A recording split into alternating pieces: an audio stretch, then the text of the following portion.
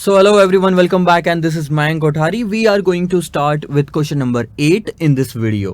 Question number 7 तक हम देख चुके हैं पिछले लेक्चर्स में और कुछ होमवर्क मैंने आपको दिए थे। आई थिंक 2 से 3 होमवर्क दिए हुए हैं और बाकी के क्वेश्चंस हमने सॉल्व किए थे। आगे ये क्वेश्चन नंबर 8 है जो हम अभी देखने वाले हैं। थोड़ा सा ट्रिकी जाएगा, थोड़ा सा और कॉम्प्लेक्सिटी यहाँ पे बढ़ेगी, बट कॉन्सेप्ट सारे वही हैं और अगर आपको कॉन्सेप्ट समझ में आ गया तो फॉर्मूलाज में कहीं दिक्कत नहीं जाएगी आपको। आइए देखते हैं क्वेश्चन क्या है। Aneja Limited, a newly formed company, has applied to the commercial bank for the first time for financing its working capital requirement. इस कंपनी ने ये कंपनी बैंक के पास में गई और बैंक के पास में जाके बोलती है कि हमको कुछ लोन चाहिए क्योंकि हमको वर्किंग कैपिटल की कुछ रिक्वायरमेंट है, उसके लिए पैसा चाहिए। The following information is available about the projections for the current year. Estimated level of activity जो है वो है 1,04,000 कंप्लीटेड यूनिट्स की of a production plus 4,000 units of work in progress. 1,04,000 unit बन के रेडी रहेंगे, फिनिश्ड गुड्स, बट 4,000 यूनिट जो है वो WIP में रहेंगे। तो एक चीज थोड़ा सा आप समझो, ये तो छोड़ो ये है रॉ मटेरियल। हम क्वेश्चन नंबर कौन सा देख रहे हैं? 8। रॉ मटेरियल से जाएगा फैक्ट्री में, ठीक है, और फैक्ट्री से जाएगा यहाँ फिनिश गुड्स में। तो क्या कहना है कि 1,04,000 यूनिट्स बन के यहाँ से निकल जाएंगे, फैक्ट्री से निकल जाएंगे और फिनिश गुड्स स्टोर में आ जाएंगे। तो कितना माल आया फिनिश गुड्स में? 1,04,000 का, और 4,000 यूनिट साल के अंत में हमारे WIP में रहेंगे या ऑन एन एवरेज WIP में रहते हैं, ठीक है। तो आपको एक चीज समझ में आनी चाहिए कि रॉ मटेरियल जो निकला है हमारे यहाँ से पहले WIP में जाने के लिए फिर फिनिश गुड्स में, टोटल मिला के 1,08,000 यूनिट्स का निकला होगा। रॉ मटेरियल तो पूरा निकला होगा ना, तभी 4,000 वहां है, 1,04,000 आगे कंप्लीट बन के आया है, ठीक है। आगे पहले ना कुछ चीजें हम हटा देते हैं, जैसे क्रोम हटा दिया हमने, टूल बॉक्स हटाया हमने, मेल हटाया, ये हटाया, ये बाकी तो ठीक है। आगे देखो, based on the above activity estimated cost per unit आपको नीचे दी गई है कि रॉ मटेरियल 80 रुपए का लगेगा, डायरेक्ट वेजेस 30 रुपए का, ओवरहेड एक्सक्लूसिव ऑफ डेप्रीशिएशन 60 रुपए का लगेगा। और सही किया उन्होंने ये चीज सही की कि सर 60 रुपए का डेप्रीशिएशन एक्सक्लूसिव पहले ही बता दिया, मतलब इसमें इंक्लूडेड नहीं है। इंक्लूसिव रहता तो हमको मेहनत बढ़ जाती, क्योंकि डेप्रीशिएशन एक ऐसी अमाउंट है जो कि नॉन कैश अमाउंट है, जिसमें हम खर्चा दिखाते हैं लेकिन एक्चुअल जेब से पैसा जाता नहीं है। तो वो पैसा ऐसा है डेप्रीशिएशन का जो बैंक से लोन लेने की ज़रूरत नहीं है और वो यहाँ पे इंक्लूडेड भी नहीं है, तो कोई चिंता करने की ज़रूरत नहीं। टोटल कॉस्ट है 170 रुपए पर यूनिट की, सेलिंग प्राइस है 200। आगे जाके एक क्वेश्चन आएगा जिसमें इंक्लूसिव ऑफ डेप्रीशिएशन लिखा होगा, वहां से डेप्रीशिएशन माइनस करना पड़ेगा हमको, अभी कुछ करने की जरूरत नहीं। रॉ मटेरियल जो स्टॉक में रहता है वो है 4 वीक्स का कंजम्पशन, ठीक है। मतलब साल भर में मैंने जितना भी कंज्यूम किया डिवाइडेड बाय 52 वीक्स, तो 1 हफ्ते का कंजम्पशन मिलेगा, मल्टीप्लाइड बाय 4 वीक, तो 4 हफ्ते का कंजम्पशन मिलेगा, वो हमारा रॉ मटेरियल स्टॉक में। WIP जो है, इस चीज पे ध्यान दो, अज्यूम करो कि 50% कंप्लीशन स्टेज में है in respect of the conversion cost और materials issued at the start of the processing. अब मैं आपको ये बताता हूं, यहां से आपका मटेरियल जाता है पूरा। अब जब मटेरियल जाता है तो सोचो, अगर मटेरियल जाएगा तो आधा मटेरियल जाएगा क्या? नहीं, गाड़ी अगर बननी है तो आधा टायर नहीं जा सकता सर, वहां पे पूरा ही टायर जाएगा। तो रॉ मटेरियल पूरा ही जाता है हमेशा 100%, ठीक है। एक चीज उसने क्या बोला, 50% ऑफ कंप्लीट हो चुका है, जितनी भी टोटल कॉस्ट लगनी है उसको कंप्लीट करने के लिए उसका 50% कंप्लीट हो चुका है, तो 50% ही WIP में पकड़ो। लेकिन 50% किसका? WIP में सर 3 चीजें आती है, याद रखना, रॉ मटेरियल, वेजेस और ओवरहेड। रॉ मटेरियल 100%, यहाँ पे क्लियरली लिखा है कि रॉ मटेरियल हमने इशू कर दिया प्रोसेसिंग में पूरा। इसके बाद कन्वर्जन, उस रॉ मटेरियल को फिनिश गुड्स में तैयार करने के लिए, कन्वर्ट करने के लिए उस पे वेजेस लगाए जाते हैं, ओवरहेड्स लगाए जाते हैं, वो 50% है। ऐसा एक क्वेश्चन हमने पहले भी देख चुका है जहां पे रॉ मटेरियल 100% लिया, फिर वेजेस 50 और आपका ओवरहेड आपने 50 लिया। आगे फिनिश गुड्स का स्टॉक जो है वो है 8,000 यूनिट्स का बैलेंस पड़ा हुआ, ठीक है, 8,000 यूनिट्स का स्टॉक पड़ा हुआ है। Credit allowed by suppliers is average 4 weeks, credit allowed to debtors is 8 weeks, lag in payment of wages is 1.5 weeks. तो ये आपका सप्लायर डेटर यानी कि क्रेडिटर डेटर और आउटस्टैंडिंग वेजेस निकालने के काम आएगा। Cash at bank for smooth operation is expected to be 25,000 rupees. Assume that production is carried on evenly throughout the year. मान के चलिए कि प्रोडक्शन जो कैरी किया जा रहा है वो इवनली कैरी किया जा रहा है, यानी कि खर्चा ऑन एन एवरेज आप बांट सकते हो। अगर खर्चा 365 रुपए हो रहा है साल भर में, तो हर दिन 1 रुपए का हो रहा है, ये मैं बोलूंगा। क्यों? क्योंकि क्वेश्चन बोलता है इवनली कैरी किया गया, समान रूप से। सो 52 वीक्स आपको लेना है and wages and overheads accrue होते हैं similarly. All sales are on credit basis only. You are required to calculate the net working capital. ध्यान देना, जो लैग है इन पेमेंट ऑफ सिर्फ वेजेस है, ओवरहेड नहीं है इसमें, तो सिर्फ वेजेस आउटस्टैंडिंग दिखाओगे आप, ओवरहेड नहीं। और क्या कैलकुलेट करना है सर? वे वर्किंग कैपिटल कितना रिक्वायर्ड है। तो सबसे पहले आप बेसिक फॉर्मेट बना लो, statement of working capital requirement.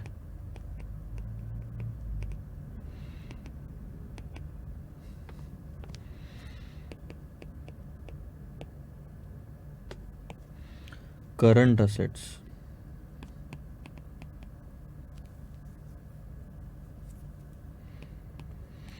Current asset में आएगा इन्वेंट्रीज, इसके अंदर में रॉ मटेरियल का स्टॉक आएगा,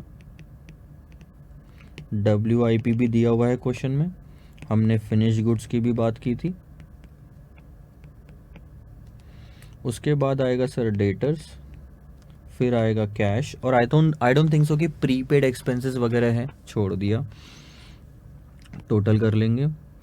करंट लाइबिलिटीज,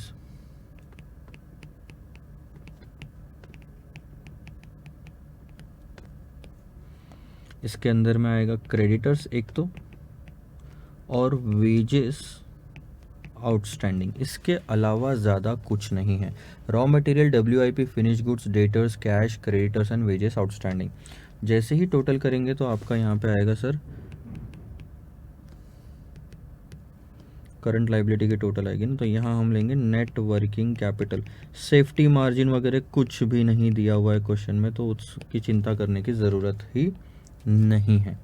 अब ये तो हो गया, अब हम थोड़ा सा कैलकुलेशन कर लेते हैं, कॉस्ट शीट बनाते हैं। अब प्रॉपर देखो, आप जो कॉस्टिंग में देखते हो ना वैसी कॉस्ट शीट नहीं बनेगी, एक स्टेटमेंट बनेगा जैसा डेटा दिया है उसके हिसाब से।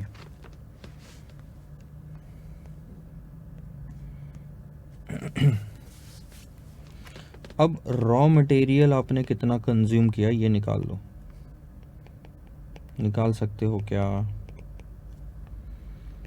आपने 1,04,000 कंप्लीट यूनिट बनाए प्लस 4,000 के कम WIP में पड़े हुए हैं, तो टोटल रॉ मटेरियल तो 100% लगा सर, इनटू आपका 80 रुपीज़, क्योंकि 80 रुपीज़ है।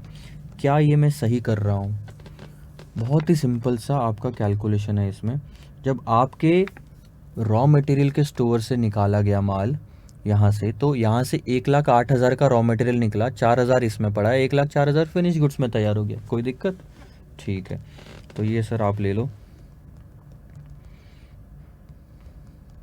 तो मैंने साल भर में 86,40,000 का कंजम्पशन किया है।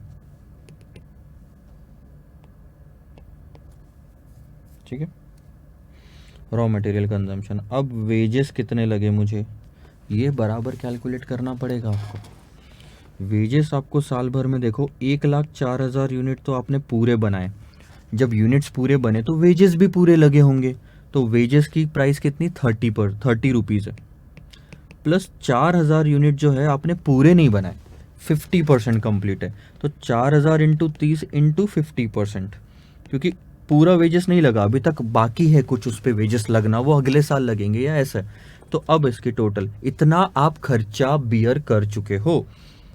1,04,000 इंटू 30 अगर करेंगे तो 3120, 4,000 इंटू 30 इंटू 50% प्लस 3120, तो ये आता है 31,80,000। क्या मैं यहाँ तक सही हूँ? अब बात करते हैं सर ओवरहेड की। ओवरहेड्स भी सेम तरीके से, ये भी 50% लिखा है उन्होंने कि आपने ओवरहेड्स का कितना खर्चा लिया, 1,04,000 इंटू 60 रुपये, पूरा आधा है, एग्जैक्ट आधा है वो। 60 प्लस 4000 इंटू 60 इंटू 50%, 6240,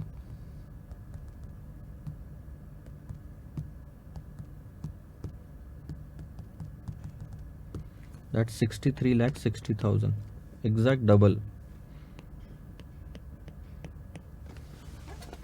ठीक है,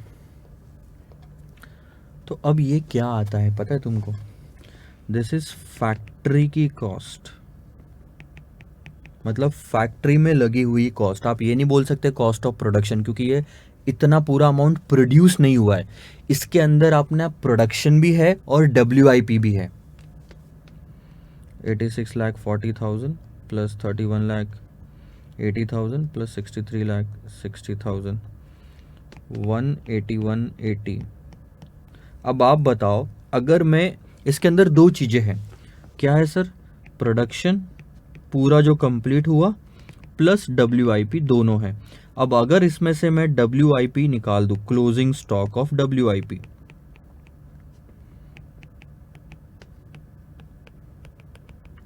तो क्या बचेगा मेरे पास में?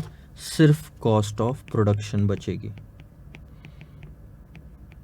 और ये कॉस्ट ऑफ प्रोडक्शन उन 1,04,000 यूनिट्स की होगी, ये मानते हो आप? ठीक है, कॉस्ट ऑफ प्रोडक्ट इतना मैंने साल भर में बनाया। अब थोड़ी सी जगह छोड़ के हम क्लोजिंग स्टॉक निकाल लेते हैं WIP का। तो यहाँ पे मैं वर्किंग नोट 1 करता हूँ, क्लोजिंग स्टॉक ऑफ WIP। अब आपको ये चीज़ क्लियर कट पता है सर कि WIP में 3 चीज़ें आती है। रॉ मटेरियल कितना है? 4,000 यूनिट्स का रॉ मटेरियल पूरा गया है। ठीक है, 4,000 यूनिट्स का रॉ मटेरियल कितना गया आपका? अब आप बताओ, कहीं यहाँ पे आपको ये नहीं लिखा मिलेगा कि sir raw material, sorry WIP का कंजम्पशन कितने वीक्स का? वीक्स नहीं दिया, उन्होंने बोला कि रॉ मटेरियल 100% और बाकी 50%। तो हम वैसे ही लेंगे सर, रॉ मटेरियल 100%, बाकी 50%। तो रॉ मटेरियल 100% यानी 4,000 into 80, wages 4,000 into 30 into 50%, overhead 4,000 into 60 into 50%। तो कितने आते हैं देखो, 3,20,000।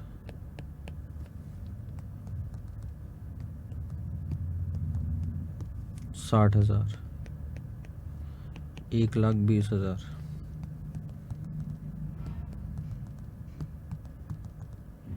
तो ये कितना हुआ सर मेरा? WIP जो आपको दिख रहा है ना यहाँ पे, वो है, अरे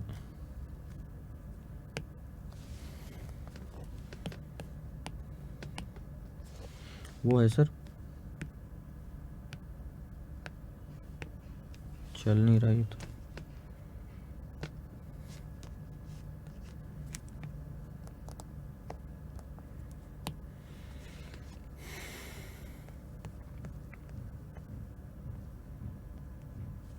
आपका WIP आता है सर 5 लाख रुपए का।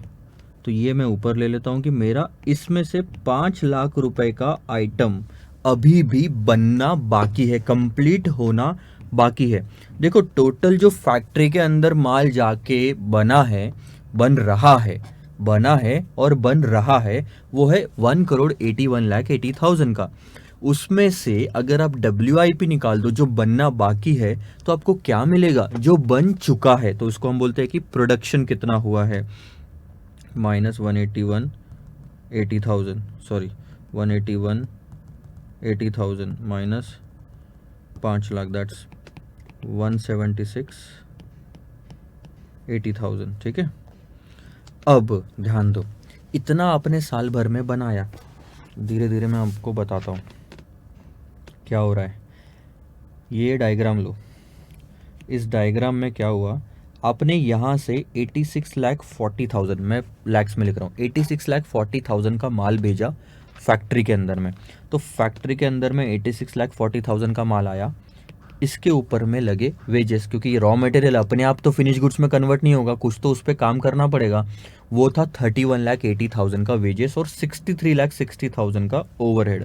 सो 31,30,000 सॉरी 80,000, 31,80,000 का वेजेस प्लस 63,60,000 का ओवरहेड।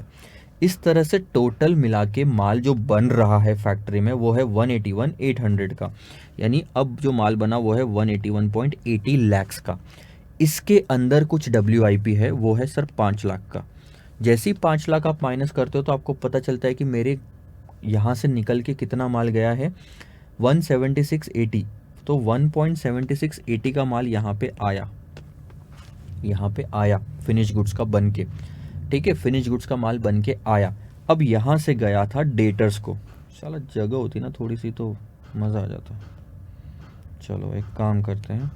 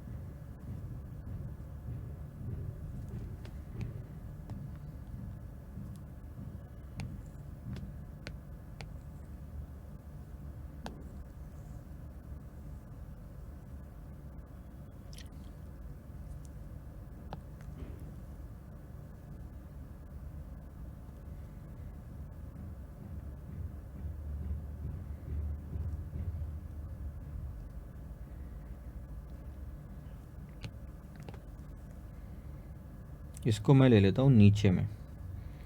तो ये बहुत ही अच्छा फीचर है जो कभी भी काम आता है, अपने काम तो आना भी चाहिए।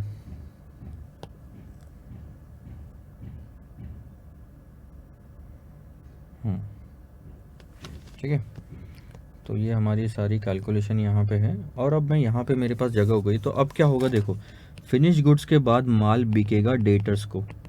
ये है अपना डेटर्स। अब आप बताओ डेटर्स को कितना माल बिका। 176,800 का माल बना है, वो है 1,04,000 यूनिट। फिनिश गुड्स में क्लियर कट लिखा है कि 8,000 यूनिट्स बचे हुए हैं, यानी इसको जो माल बिका है मैं बोल सकता हूँ 96,000 यूनिट्स का माल बिका है।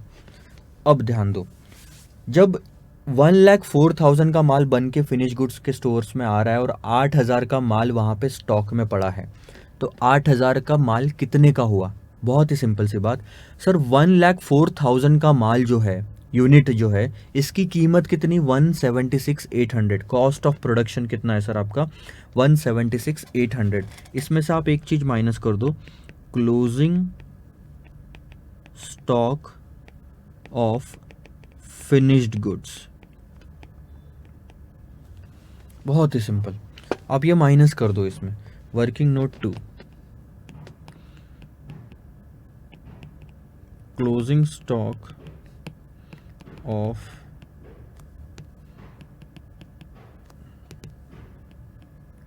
Finish goods.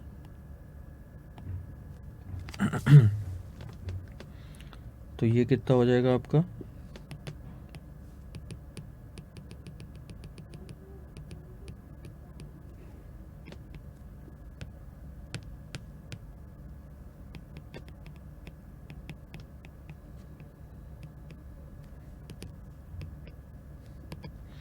आपने टोटल माल बनाया देखो 176,80,000 का, और ये माल था 1,04,000 यूनिट्स का। ये तो मैं बोल सकता हूँ कि जो कॉस्ट ऑफ प्रोडक्शन है वो ऊपर में है, यूनिट्स प्रोड्यूस जो है नीचे में है। तो इससे एक यूनिट कितने का बना ये पता चल जाएगा, मल्टीप्लाइड बाय 8,000 यूनिट आपके स्टॉक में पड़े हुए।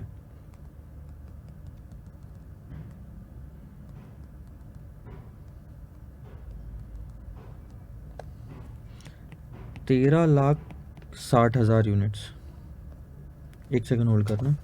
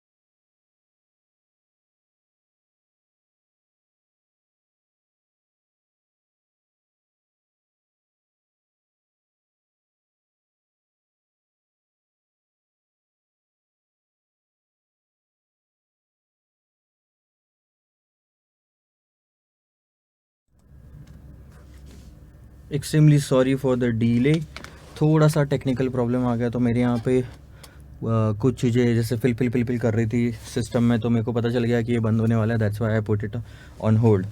सो आगे बढ़ते हैं सर। आपका 13,60,000 का स्टॉक ऑफ फिनिश गुड्स है, वो मैं यहाँ से माइनस कर देता हूँ। अब होगा क्या, इससे ध्यान दो, आपने 176,80,000 का बनाया, उसमें से 13,60,000 आप माइनस कर दोगे जो स्टॉक में है, तो बचा क्या, मतलब आपने इतना बनाया और इतना सा बचा हुआ है, तो बाकी का गया कहाँ, बेच दिया sir. This is called as cost of good sold. अब इसको आप कॉस्ट ऑफ गुड सोल्ड बोलो, इस क्वेश्चन में कॉस्ट ऑफ सेल्स बोलो, सब सेम आएगा, क्योंकि इसके इन दोनों के बीच में अब फिगर कुछ नहीं बची हुई है, वरना कॉस्ट ऑफ गुड सोल्ड और कॉस्ट ऑफ सेल्स के बीच में एडमिनिस्ट्रेशन, सेलिंग, ये खर्चे आते जो कि इस क्वेश्चन में नहीं है, तो वो जीरो मान के चलेंगे। तो कॉस्ट ऑफ गुड सोल्ड और कॉस्ट ऑफ सेल्स आपका एक ही फिगर हुआ। चले सर, 176,80,000 माइनस 13,60,000, तो ये हो गया 163,20,000। तो हम इसको ले लेंगे नीचे। हाँ, अब कॉस्ट ऑफ गुड्स सोल्ड हो गया, इसके अलावा कितने में हमने बेचा ये निकाल लेते हैं। अरे सेल्स, हमने 1,00,000 नहीं, हमने 96,000 यूनिट्स बेचे इनटू, वैसे इसका कोई लेना देना है नहीं अभी, 200 में,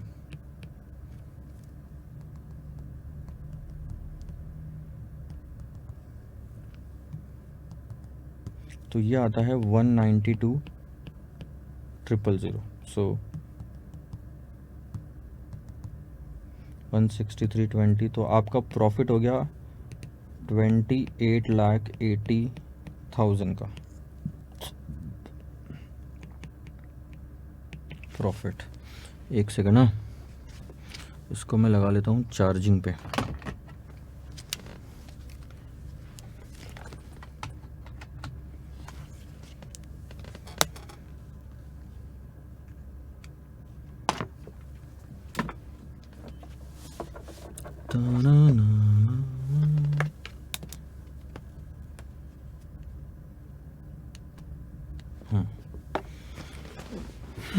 अब इतना सब सर निकालने का पर्पस क्या है, एक तो क्लोजिंग स्टॉक ऑफ WIP आ गया, closing stock of finish goods आ गया, वर्किंग नोट 3 में एक काम खत्म कर देते हैं, क्लोजिंग स्टॉक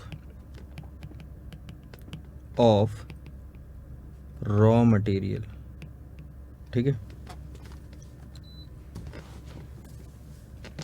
अब closing stock of raw material कितना, देखो उसने क्लियरली लिखा है कि 4 वीक्स के कंजम्पशन जितना स्टॉक में पड़ा रहता है, तो आप देखो साल भर में आपने कितना कंज्यूम किया, क्लियर कट लिख रहा है 86,40,000 का आपने कंजम्पशन है आपके इसमें। सो 86,40,000 का आपने कंज्यूम किया कितने टाइम में सर, 52 हफ्तों में, और 4 हफ्तों का फिर कितना होता है वो स्टॉक में आ जाएगा। लॉजिकल, चलो फॉर्मूले भी याद रखने की ज़रूरत नहीं पड़ेगी, मैं तो फॉर्मूले से ले ही नहीं रहा हूँ, आपको फॉर्मूला लिख लिख के दे ही नहीं रहा हूँ, मैं कॉन्सेप्ट बस समझा रहा हूँ बार बार। तो ये आ गया 664,615, ये आपका स्टॉक में पड़ा हुआ है 664,615। तो हम यहाँ पे कुछ चीज़ें लिख लेते हैं, 664,615 स्टॉक 5 लाख और ये है 13,60,000, तो ये हमारा कंप्लीट हो गया इतना पार्ट। 664,615 प्लस 5 लाख प्लस 13,60,000, तो ये आता है सर 25,24,615। उसके बाद में अब बात करते हैं डेटर्स की, कैश कॉस्ट बेसिस पे निकालेंगे फुल ऑन, कोई उसमें प्रॉफिट की वो नहीं, क्योंकि हमने, और इसमें कैश कॉस्ट बेसिस ही सही रहेगा, डेटर्स सेल्स पे मतलब गलत हो जाएगा। क्यों, क्वेश्चन की पहली लाइन में लिखा है कि हम बैंक में गए हैं लोन लेने के लिए, और लोन हम उतना लेंगे जितनी कैश रिक्वायर्ड है, प्रॉफिट आपको रिक्वायर्ड नहीं होता। तो यहाँ पे अगर आप डेटर्स सेल्स पे लोगे तो आंसर शायद गलत हो जाए और मार्क्स भी कम मिले। डेटर्स, अब हमारे यहाँ पे जो डेटर्स हमको लेना है वो हम किस पे लेंगे, जितना कॉस्ट ऑफ गुड्स सोल्ड है वो है 163,20,000। 1,63,20,000। अब आप सोचो सर, 1,63,20,000 मेरे 52 हफ्तों का सेल्स है। आप तो मानते हो ना, कॉस्ट ऑफ गुड्स सोल्ड है 52 हफ्तों का। प्रॉफिट लेना है क्या इसमें? नहीं लेना, तो सेल्स वाली फिगर मत लो। तो आपका डेटर्स कितना पेंडिंग रहता है, ये क्वेश्चन में लिखा हुआ है कि credit allowed to debtors is 8 weeks का। सो 8 वीक्स का हम मल्टीप्लाई करके निकाल लेंगे।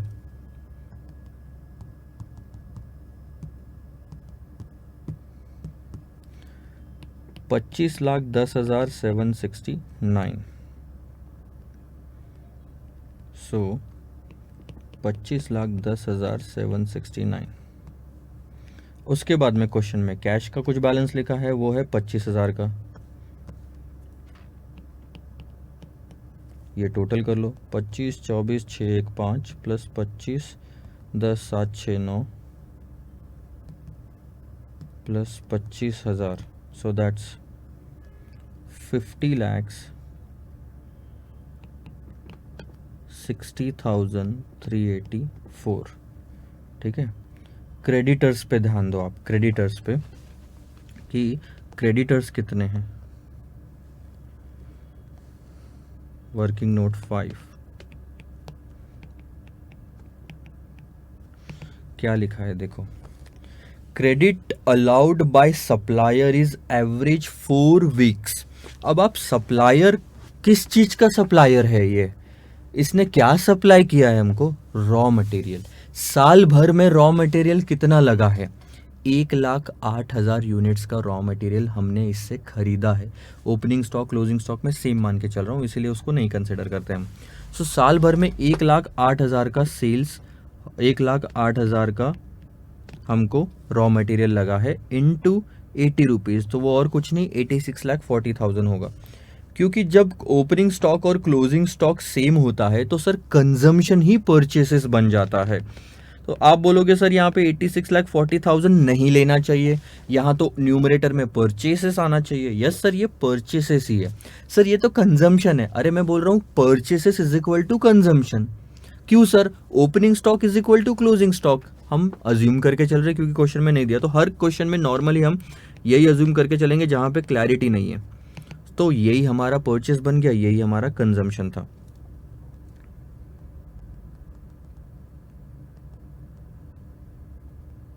चार हफ्तों का रहेगा तो 664,615। आई थिंक रॉ मटेरियल भी 4 हफ्तों का था, इसलिए वो सेम फिगर आई। 664,615 कहाँ गया?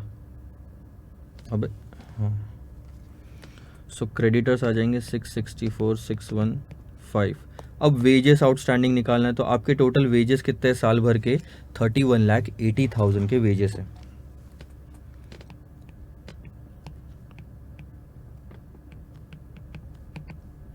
$31,80,000 के वेजेस आपको लगे 52 वीक्स में, आप ये बोल सकते हो।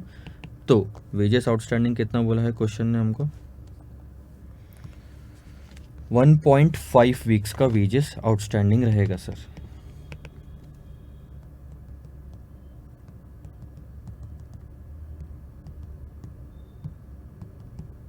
So that's 91,731। 91,731 ये आपका आ जाएगा यहाँ पे। आ गया। अब कर ले टोटल। 50,60,384 84, ये है आपका ग्रॉस वर्किंग कैपिटल। इसमें से आप करंट लाइबिलिटीज माइनस कर दोगे।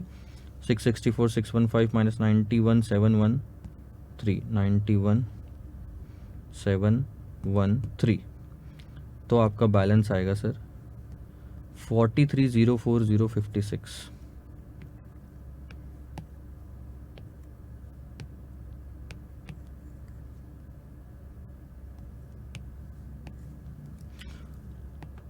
$43,04,056 का आपका वर्किंग कैपिटल।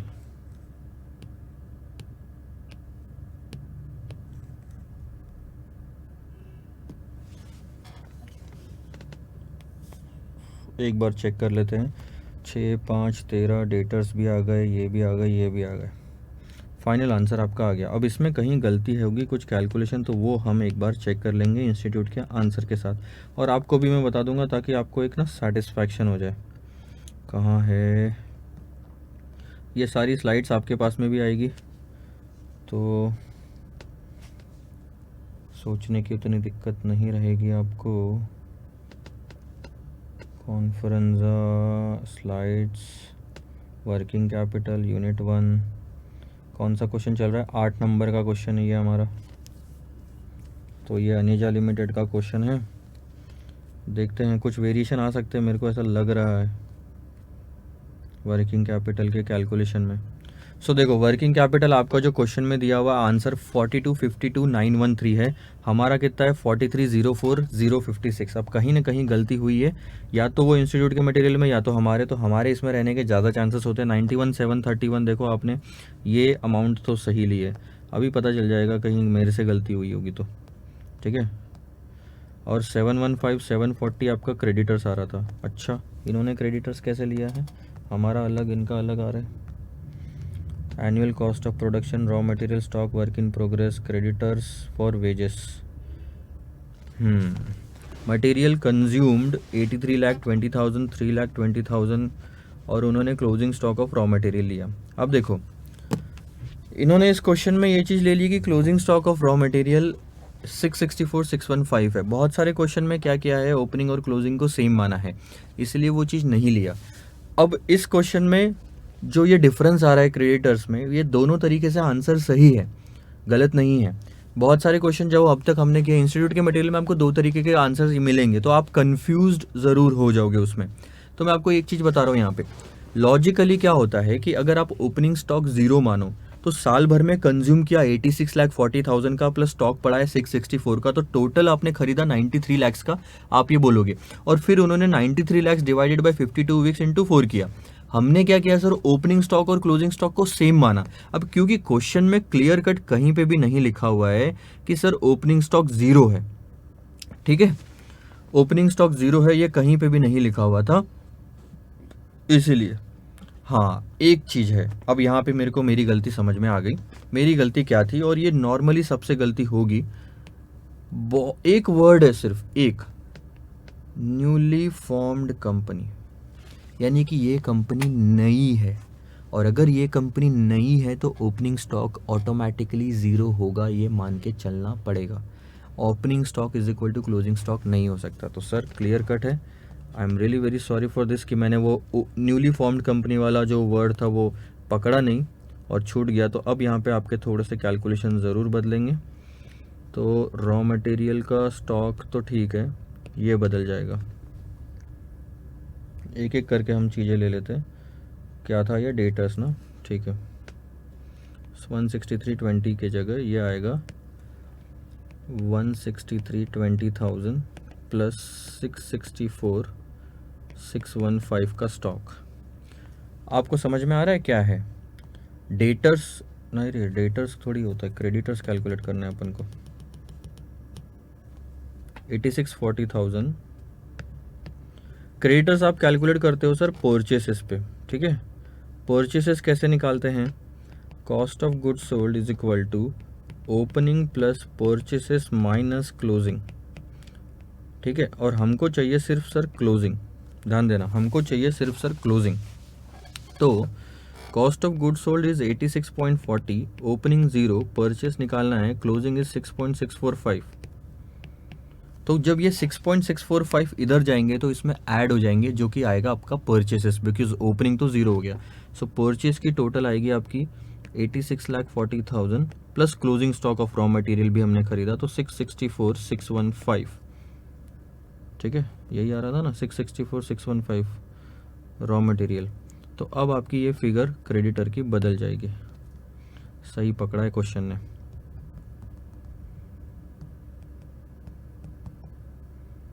ये है आपका साल भर का रॉ मटेरियल का परचेस, कंजम्पशन नहीं, डिवाइड बाय 52 किया, मल्टीप्लाइड बाय 4 करोगे अब आप,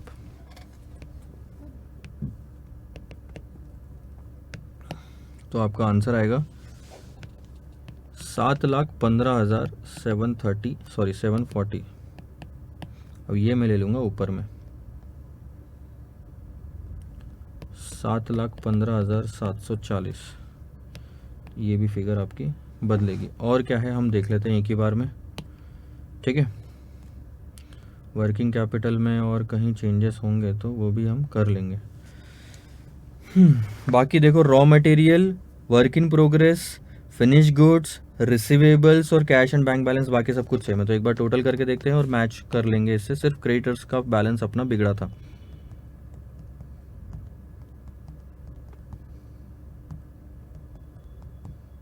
सो दैट्स 42 लाख, अब मैच कर रहा है 42,52,931।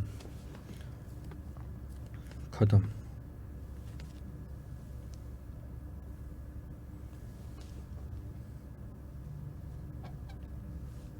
सो ये रहा सर आपका क्वेश्चन। आई होप आपको ये क्वेश्चन समझ में आया हो। सिर्फ एक गलती मेरे से हुई थी यहाँ पे, I really apologize for that. Creditors का कैलकुलेशन में हमने ये, बाकी हमारा आंसर सही था। सिर्फ अगर ये न्यूली फॉर्म्ड कंपनी नहीं लिखा होता तो हम मान के चलते कि ओपनिंग और क्लोजिंग सेम है, लेकिन अब हम मान के नहीं चल सकते। आपको तो समझ, क्योंकि न्यूली फॉर्म्ड कंपनी तो क्या होता है सर, जीरो। चलो अगला क्वेश्चन देखते हैं। ये हो गया क्वेश्चन नंबर 8 आपका कंप्लीट। क्वेश्चन नंबर 9,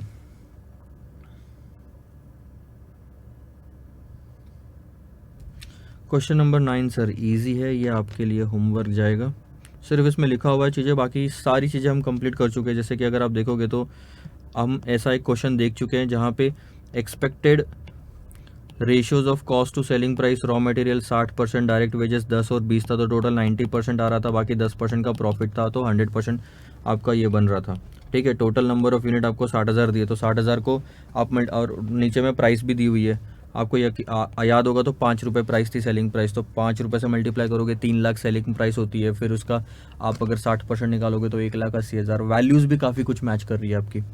तो ये क्वेश्चन किसके जैसा है ये भी मैं बता देता हूँ आपको। क्वेश्चन नंबर 9 जो है ये आपको पड़ेगा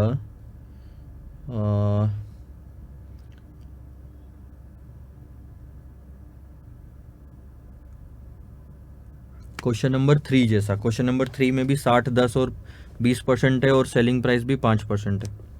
सेम तो नहीं है? अबे हाँ, नॉरिन लिमिटेड 60,000 ऑलमोस्ट सेम है। मतलब थोड़ा बहुत कुछ चेंज होगा तो होगा, मेरे को भी नहीं लगता कुछ चेंज होगा उसमें। कैल्सी limited almost same, same to same sir. ये होमवर्क ले लो। क्वेश्चन नंबर 10 करते हैं अभी। क्वेश्चन नंबर 10 पे ध्यान देना, ठीक है। थोड़ा सा आप मेरे को 2 मिनट दे दो बस, उसको मैं सेट कर लेता हूँ।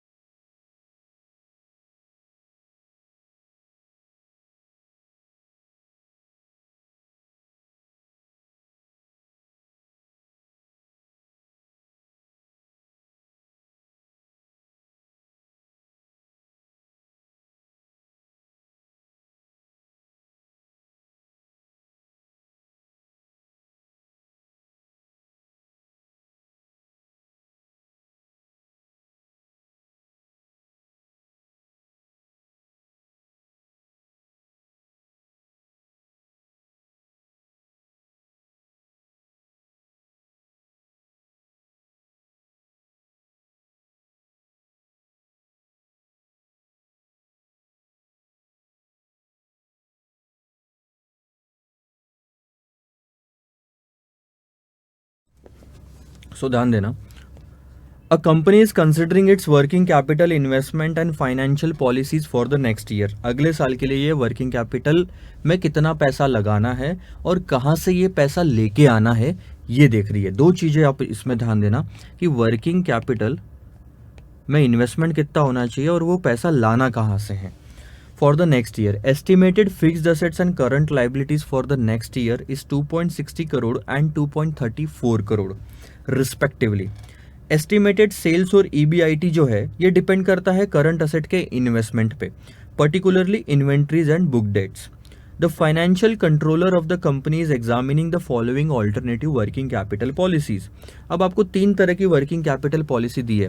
क्वेश्चन ने क्लियर कट बोला है कि देखो अगले साल हमारा फिक्स्ड असेट जो है, बैलेंस शीट ध्यान में दो, फिक्स्ड असेट वाली साइड 2.60 करोड़ ही रहेगी, करंट लाइबिलिटी 2.34 करोड़ ही रहेगी in all the cases, but जो बदलेगा वो है करंट असेट्स। ध्यान देंगे अगर आप इस टेबल के थ्रू जाना चाहेंगे तो बहुत ही अच्छी बात है।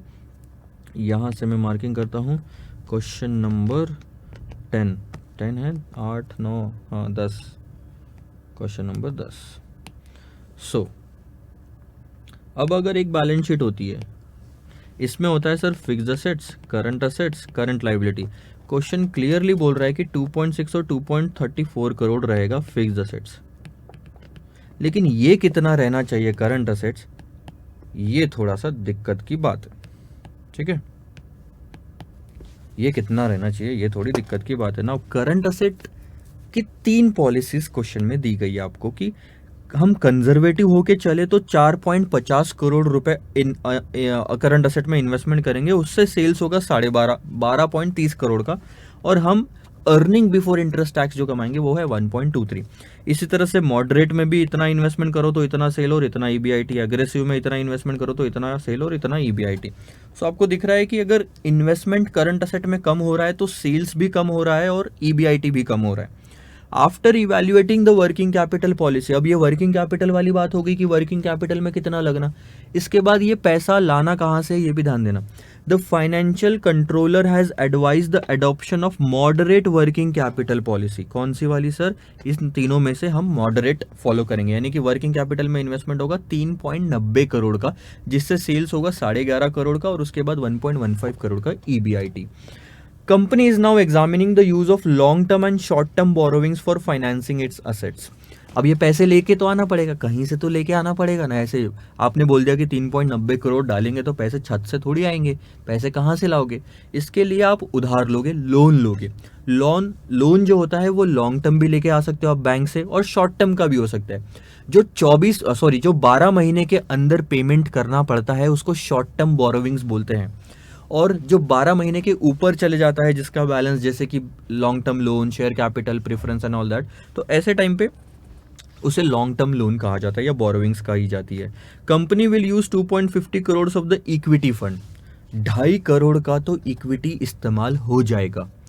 कॉर्पोरेट टैक्स रेट है 35% का, और कंपनी बाकी जो है 2.5 करोड़ तक तो हो गया, उसके बाद आपको नीचे पॉलिसी दे रही है। पॉलिसी सर कुछ इस तरह से है, पॉलिसी बोलती है कि आप कंजर्वेटिव चलोगे तो 54 लाख रुपए, 0.54 करोड़ यानी 54 लाख का डेट ले लो शॉर्ट टर्म, और 1.12 करोड़ का लॉन्ग टर्म डेट ले लो। अब इससे क्या होगा ध्यान दो, हाँ, और मॉडरेट चलोगे तो 1 करोड़ और 0.66 का short term long term, aggressive का शॉर्ट टर्म लॉन्ग टर्म। इससे फर्क क्या पड़ता है सर? क्योंकि शॉर्ट टर्म लेते हो तो इंटरेस्ट रेट 12% लगेगा, लॉन्ग टर्म लेते हो तो इंटरेस्ट रेट 16% लगेगा। ये बात है सर। निकालना क्या है? You are required to calculate the following, कि वर्किंग कैपिटल इन्वेस्टमेंट कितना हो रहा है for each of the policy, कि नेट वर्किंग कैपिटल पोजीशन कितनी, रेट ऑफ रिटर्न आप कितना कमा रहे हो इसको लिखना। जब कुछ नहीं दिया होता ना रेट ऑफ रिटर्न, तो हम उसको मान के चलते हैं rate of return on assets. तीसरा है करंट रेशियो। क्या है करंट रेशियो का फॉर्मूला? है current assets by current liabilities. ये आपने रेशियो एनालिसिस में देखा, अभी अपन को बार बार डिस्कस करने की जरूरत नहीं होनी चाहिए। नेट वर्किंग कैपिटल यानी कि current assets minus current liabilities. Return on assets यानी कि आपका टोटल रिटर्न हो गया ईबीआईटी जो क्वेश्चन में दिया हुआ है, डिवाइडेड बाय टोटल असेट्स। आपके तीनों फॉर्मूले मैंने आपको यहाँ पे लिख दिए। उसके बाद फाइनेंसिंग फॉर ईच पॉलिसी के लिए भी 3 चीजें निकालनी है, कि नेट वर्किंग कैपिटल कितना, current assets minus current liability, rate of return on share holders equity. अब ये शेयर होल्डर्स इक्विटी बोल रहा है, यहाँ स्पेसिफिकली मेंटेन किया कि इक्विटी पे आप कितना कमा रहे हो। अगर इक्विटी पे कमाई निकालनी है तो इक्विटी वालों की कमाई लो, जिसको हम बोलते हैं अर्निंग आफ्टर टैक्स। ईबीआईटी नहीं आएगा, ईबीआईटी में इक्विटी, डेट सब लोगों की कमाई होती है। गवर्नमेंट का भी टैक्स अभी उसमें से देना बाकी होता है, लेकिन अर्निंग आफ्टर टैक्स में से सिर्फ इक्विटी वालों को देना होता है। तो ये उसका फॉर्मूला हो गया। और current ratio again current assets by current liability. ठीक है, करें चालू सर कुछ तो। देखो अभी कैसे इस क्वेश्चन को सॉल्व करते हैं। मॉडरेट, कंजर्वेटिव और एग्रेसिव, तो हम यहाँ लेके चलते हैं। कंजर्वेटिव अगर रहे तो क्या होगा, मॉडरेट रहे तो क्या होगा, और अग्रेसिव गए तो क्या होगा। ठीक है, सबसे पहले करंट असेट्स, ये मैं नंबरिंग देके चलता हूँ। ए, करंट असेट्स तीनों में कितने लग रहे हैं, अगर हमने ये 3 पॉलिसी फॉलो की तो 4.5 करोड़, 3.90 और 2.60 करोड़ आ रहे हैं। 4.5 करोड़, 3.90 और 2.60 करोड़ आ रहे हैं। उसके बाद में बी, फिक्स्ड असेट ले लो, तो इससे क्या असेट साइड कंप्लीट हो जाती है, और फिक्स्ड असेट सेम है सर 2.60 करोड़ हर केस में। तो कितना आसान हो गया आपके लिए ये। इससे क्या आएगा, टोटल असेट्स, ये हो गया सी। करो टोटल, 0, 11 और 7, 7.10, 0, 15 और 6, 6.50, 0, 2 और 5.20 कर लिया। इसमें से हम डी करंट लाइबिलिटीज माइनस करेंगे।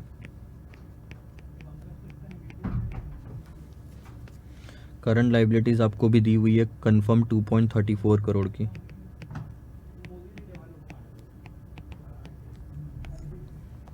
अब टोटल असेट्स में से करंट लाइबिलिटी वैसे माइनस कर रहे हो तो कैपिटल आता है। कैपिटल का एज सच कोई लेना देना है नहीं आपका। हमको क्या चाहिए सर, 3 चीज़ें चाहिए पहले बार में। करंट असेट्स, पहले कैलकुलेशन के लिए करंट असेट करंट लाइबिलिटी दोनों आ गया हमारे पास में। रिटर्न ऑन असेट्स के लिए ईबीआईटी लेना ज़रूरी है। टोटल असेट्स तो आ गए आपके पास में, अभी ईबीआईटी लेना ज़रूरी है, तो आप यहाँ पे ईबीआईटी ले लो।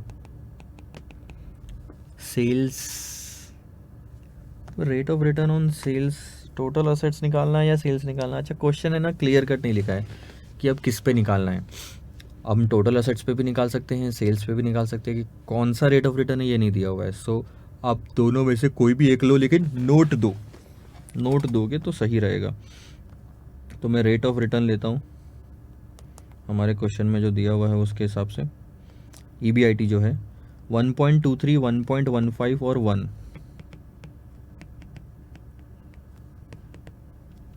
ये हो गई आपकी पूरी कहानी है। टेबल आ गया ना। अब देखो सबसे पहली चीज़ जो उन्होंने बोली वो है आपका वर्किंग कैपिटल पोजीशन।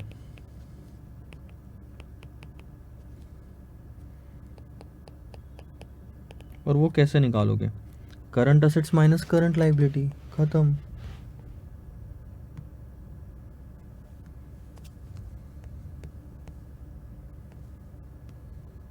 तो वो हो गया आपका ए minus D.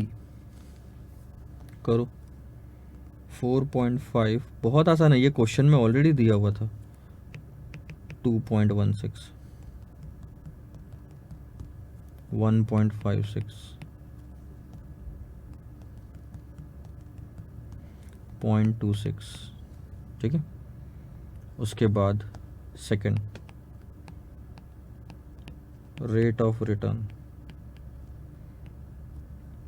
This is EBIT. Return जो कमाया किस पे, असेट्स पे, तो डिवाइडेड बाय असेट्स, तो EBIT E divided by assets, total assets is C, ठीक है। सो 1.23 डिवाइडेड बाय 7.10, ये आपको देगा 17.32%। 1.56 डिवाइडेड बाय 6.50, ये आपको देगा 24% की आपने कमाई की है टोटल असेट्स को यूज़ करके। उसके बाद 1 डिवाइडेड बाय 5.20, तो ये है 19.23% की कमाई। Third, current ratio, current assets by current liabilities. Current ratio का फॉर्मूला क्या है, current assets A divided by current liability D. तो हमारा आंसर आएगा 4.50 डिवाइडेड 4.50, अबे बे 4.50, अबे यार, डिवाइडेड बाय 2.34, सो दैट्स 1.92। उसके बाद 3.90 डिवाइडेड बाय 2.34, 1.667, फिर 2.60 डिवाइडेड बाय 1, नहीं सॉरी 2.34, सो दैट्स 1.11। अब ध्यान दो, मीनिंग समझ में आना चाहिए। सबसे पहले तो पहला जो है वर्किंग कैपिटल पोजीशन आपको क्या बताता है, आपको ये बताता है कि जितनी भी आपकी लाइबिलिटी शॉर्ट टर्म में आपको पे करना है उससे ज़्यादा आपके पास कितना पैसा पड़ा हुआ है। तो हम क्लियरली बोल सकते हैं कि सर हमारी लाइबिलिटी कंप्लीट करके हमारे पास 2,16,00,000 पड़ा रहेगा अगर हमने ये पॉलिसी फॉलो की तो, अदरवाइज 1.56 और 0.26। उसके बाद आपने आपके टोटल असेट्स इस्तेमाल करके कितना परसेंट कमाया, तो 17.32, 24 और 19.23। उसके बाद करंट रेशो आपको क्या बताता है कि हर 1 रुपए की लाइबिलिटी के लिए आपके पास कितना करंट असेट्स अवेलेबल है। लाइबिलिटी के लिए असेट्स कितना अवेलेबल है, तो सर हर 1 रुपए के लिए 1.92 रुपीज़ के मेरे पास में असेट्स अवेलेबल है। फिर हर 1 रुपए की लाइबिलिटी के लिए मेरे पास 1.66 के असेट्स अवेलेबल है, फिर 1.11 के असेट्स अवेलेबल है। ये होता है मतलब। तो ये पहला पार्ट सर सिर्फ खत्म हुआ है आपका यहाँ पे, ठीक है, वर्किंग कैपिटल इन्वेस्टमेंट वाला।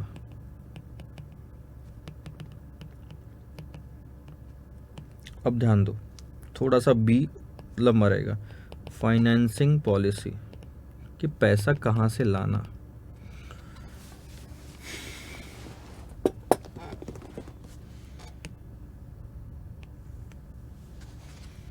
कंजर्वेटिव,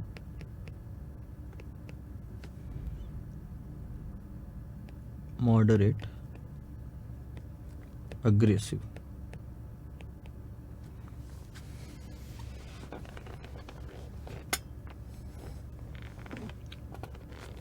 करंट असेट्स क्वेश्चन में लिखा हुआ है। अब हम फाइनेंसिंग पॉलिसी की बात करें तो करंट असेट एक लेके चलना पड़ेगा, जो क्वेश्चन में दिया है कि हम मॉडरेट फॉलो करेंगे। अगर हम मॉडरेट फॉलो करते हैं, क्योंकि अब हमको असेट से लेना देना नहीं है कि कौन सी पॉलिसी करंट असेट की फॉलो करेंगे, अब हमको लेना देना है कि हम फाइनेंसिंग कहाँ से करवाएंगे। तो हमारा कन्फर्म हुआ था कि हम मॉडरेट पॉलिसी फॉलो करेंगे जिसमें 3.90 करोड़ का करंट असेट्स रहेगा। तो ये हर जगह हो गया सेम। इसके बाद फिक्स्ड असेट भी सेम है। फिक्स्ड असेट्स आपका कितना है 2.60, यानी अगर आप देखोगे तो आपके टोटल असेट्स अब फिक्स हो गए।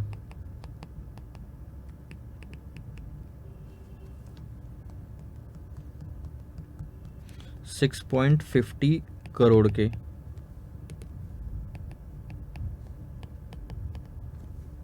ठीक है।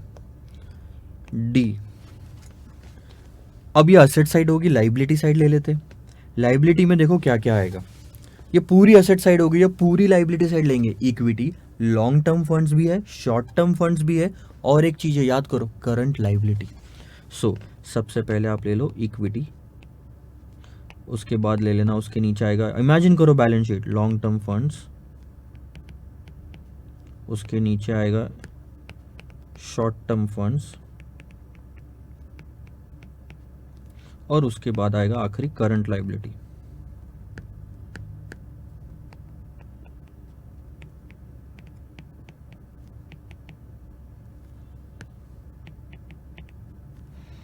इक्विटी भी सेम है, उसने बोला क्वेश्चन ने कि 2.5 करोड़ की इक्विटी हम इस्तेमाल करेंगे हर केस में। सो 2.50, 2.50, 2.50 की इक्विटी हो गई। अबे ये मैंने कहाँ लिख दिया, ठीक है। अब हम लॉन्ग टर्म फंड्स की बात करते हैं, तो अब आपका कंजर्वेटिव में लॉन्ग टर्म फंड्स है 1.12 का, शॉर्ट टर्म है 0.54 का। कंजर्वेटिव में 0.54, फिर लॉन्ग टर्म है 0.66 का, शॉर्ट टर्म है 1 का। लॉन्ग टर्म है 0.66 का, शॉर्ट टर्म है 1 का, और एग्रेसिव में 0.16 और 1.5, ठीक है, 0.16 और 1.5। इसके बाद करंट लाइबिलिटी सेम दी है हमको 2.34 करोड़ की हर एक में। अब इनका टोटल क्या मैं कर सकता हूं, किसका total sir, H, total liabilities. अरे असेट साइड और लाइबिलिटी साइड मैच करनी चाहिए ना। असेट साइड आपकी कितनी आ रही थी, अगर आप ध्यान से देखोगे तो ये आपके टोटल असेट्स है, इसी तरह से ये आपके टोटल लाइबिलिटीज़ है। ठीक है, तो टोटल लाइबिलिटी कितनी आ रही है, कैलकुलेट करके देखो। 2.50 plus 1.12 plus 0.54 plus 2.34, so that 6.50। सबकी टोटल करके देखो 6.50 ही आएगी, क्योंकि शॉर्ट टर्म और लॉन्ग टर्म का टोटल 1.166 करोड़ है दो सबका। तो ये आ गया सर टोटल असेट्स और टोटल लाइबिलिटीज़। अब ध्यान दो, EBIT, earning before interest and tax कितना है। तीनों केस में earning before interest and tax same रहेगा, क्योंकि अगर सारा EBIT किस पे डिपेंड करता है, करंट असेट के इन्वेस्टमेंट पे, जो हमने फॉलो किया था सर 3.90 का, तो हमको कितना मिलेगा 1.15 करोड़। सेल्स की आई डोंट थिंक सो की ज़रूरत है, लगी तो हम ले लेंगे बाद में। सो हमारा जो ये होगा EBIT 1.15 होगा तीनों केस में। लेकिन इसमें दिक्कत क्या पता है क्या, EFGHIJ, अब इसमें से माइनस होगा सर इंटरेस्ट, और वो लग रहा है अलग अलग जगह पे। शॉर्ट टर्म फंड्स और long term funds. Short term पे कितना परसेंट लग रहा है देखो, शॉर्ट टर्म पे लग रहा है 12, लॉन्ग टर्म पे लग रहा है 16। अब ये कैसे कैलकुलेट करोगे, जो भी शॉर्ट टर्म की लोन की अमाउंट है, जैसे कि ये 12% किस पे लगेगा आपका,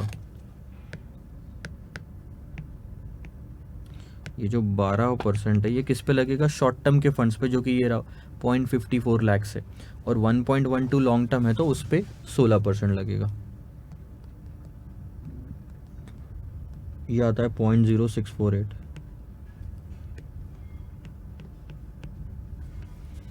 ठीक है, लॉन्ग टर्म कितना है 1.12 पे 16 लगेगा, 0.1792। इसके बाद 12% लगेगा शॉर्ट टर्म पे, तो ये आ गया 0.12। लॉन्ग टर्म में 0.66 पे 16% लगेगा तो 0.1056। 1.50 शॉर्ट टर्म है, उस पर 12%, 0.18, और 0.16 पे 16% लॉन्ग टर्म है ना, सो दैट्स 0.0256।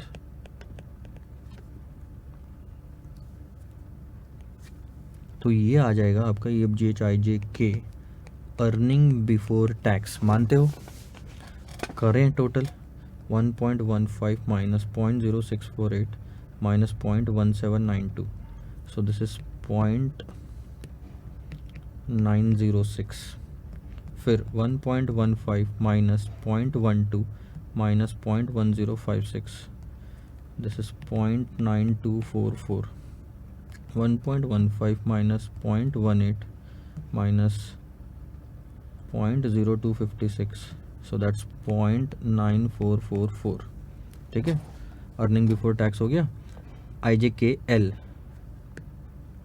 क्या माइनस करोगे इसमें से सर, टैक्स माइनस करोगे 35% पे, क्वेश्चन में क्लियर कट लिखा हुआ है। अब वो काम आ रहा है आपको कि 35% टैक्स नाम की भी कोई चीज़ होती है। कहाँ गया, ये रहा 35% टैक्स। सो ध्यान दो, 35% टैक्स आप माइनस करोगे 0.3171। थोड़ा अब डेसिमल्स में कैलकुलेशन बढ़ गए, 0.3235, 0.3304।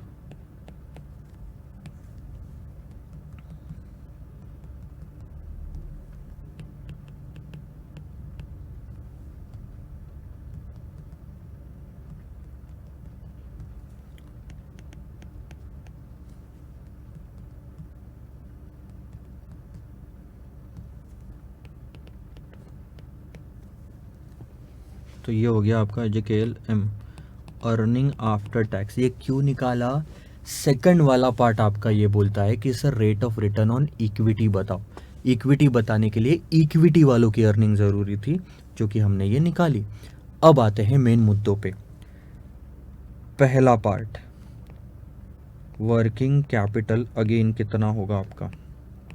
अब ध्यान दो, वर्किंग कैपिटल मतलब short term assets minus short term liabilities.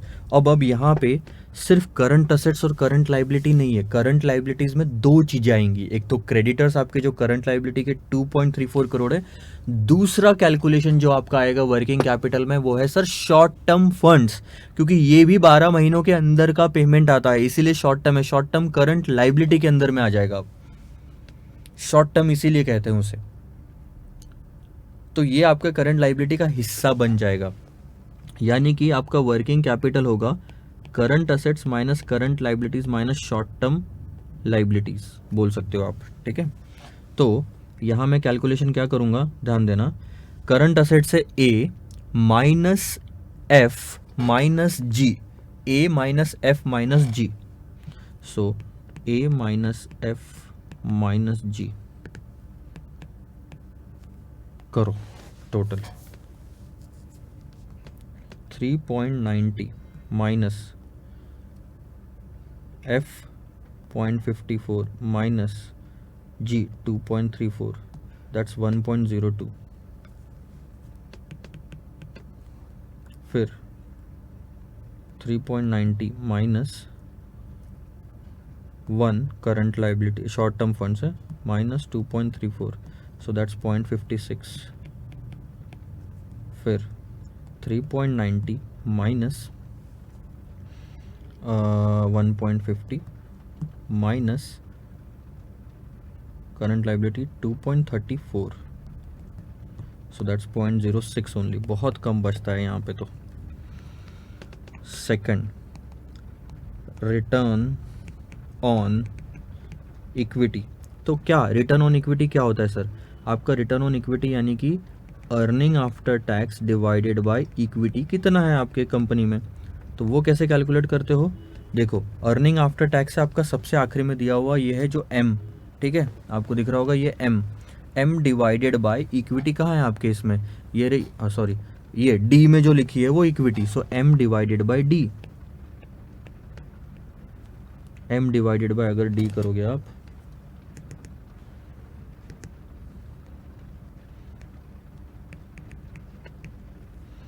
तो 0.5889, और इक्विटी तो सबके लिए सेम है 2.50 करोड़ डिवाइड बाय 2.50 इंटू 100, तो आपका यहाँ पे परसेंटेज आता है 23.56% आप कमा रहे हो।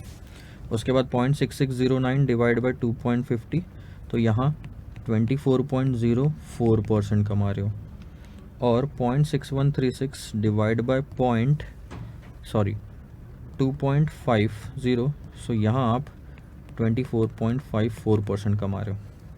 आप अगर देखोगे तो वर्किंग कैपिटल गिरता जा रहा है, मतलब बहुत ही आपका कम होता जा रहा है वर्किंग कैपिटल, लेकिन परसेंटेज ऑफ अर्निंग आपकी बढ़ती जा रही है, रेट ऑफ रिटर्न जो है वो आपका बढ़ता जा रहा है। और तीसरा, करंट रेशियो।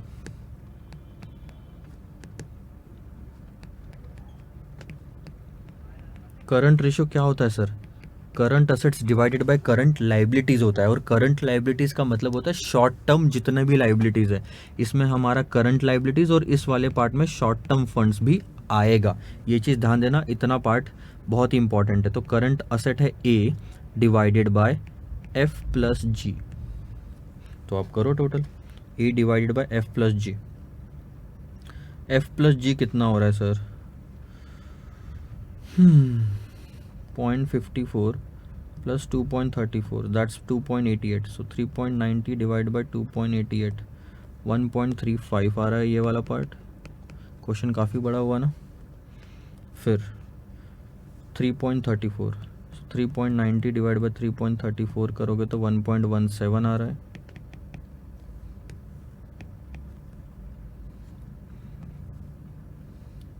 एंड 2.34 प्लस 1.50 करोगे 3.84, सो 3.90 डिवाइड बाय 3.84 1.02 या 1.016 आ रहा है। ये है आपका आंसर। मतलब ये 3 आंसर सेकंड वाले जो आपको चाहिए थे और ये 3 आंसर पहले वाले जो आपको चाहिए थे। काफ़ी ज़्यादा कैलकुलेशंस हो गए। आप होल्ड करके एक बार का, मतलब पॉज करके एक बार का आप ये सारे आंसर्स लिख लो, अदरवाइज स्लाइड्स भी आपको अवेलेबल होगी तो उससे लिख लेना, ताकि आपको वीडियो में बार बार पॉज करना और दिख रहा नहीं दिख रहा वो सब ना करना पड़े। So this was a big answer, मतलब थोड़ा सा टाइम लग गया, लेकिन थोड़ा डिफरेंट क्वेश्चन था। हर बार हमको रॉ मटेरियल का स्टॉक, ये स्टॉक वो स्टॉक निकालने की ज़रूरत पड़ती थी। अब आगे भी रॉ मटेरियल का स्टॉक, WIP, फिनिश गुड्स, ऐसे बहुत सारे क्वेश्चंस आने वाले हैं, बट फिलहाल थोड़ा एक वैरायटी के लिए ये क्वेश्चन अच्छा था। So I hope you got the meaning of this return, rate of return. चलो वर्किंग कैपिटल और करंट रेशो तो फिर से बताने की जरूरत नहीं है, मैंने पहले वाले पार्ट में बताया। Rate of return on equity मतलब इक्विटी वालों पे कितना कमा रहे हो, तो इक्विटी वालों पे कमाई निकालनी है तो इक्विटी की कमाई न्यूमरेटर में लेनी पड़ेगी, जो कि होती है अर्निंग आफ्टर टैक्स। चलो ये क्वेश्चन हुआ ख़त्म। अब इसके बाद जो है आप एक आध होमवर्क ले लोगे। 10th के बाद में आप ये वाला पार्ट होमवर्क ले लो। ये पार्ट हम ऐसा एक क्वेश्चन देख चुके हैं ऑलरेडी 11, और उसके बाद में हाँ, हमने अभी अभी जो किया वो क्वेश्चन नंबर था, जो 10th वाला क्वेश्चन था वो 12 जैसा ही है। सो सेम एज 10 कर देता हूँ मैं यहाँ पे, ये भी कर लेंगे आप। उसके बाद में 13 नंबर का क्वेश्चन कर सकते हैं, हम कर लेंगे अगले वाले पार्ट में, या तो 13 या तो 14, मतलब दोनों ऑलमोस्ट सेम सेम लग रहे हैं, बट 14 आई थिंक बहुत एक देख चुके हैं, तो क्वेश्चन नंबर 13 कर लेंगे, 14 का होमवर्क वाले पार्ट में रख लेंगे। सो फिलहाल क्वेश्चन नंबर 12 तक लेके चलते हैं इस वाले लेक्चर में। अगले लेक्चर में आपके साथ में मिलता हूँ और कुछ वर्किंग कैपिटल के क्वेश्चन सॉल्व करेंगे और मज़े करेंगे कि किस तरह से आप ये सब चीज़ें सॉल्व कर सकते हो। देखो मैं आपको बताता हूँ, जितनी चीज़ें हमने अभी तक 12 क्वेश्चन में देखी है ना, उससे ज़्यादा आपको नहीं है आगे भी, बस अब आगे जो होगी वो प्रैक्टिस प्रैक्टिस एंड प्रैक्टिस होगी।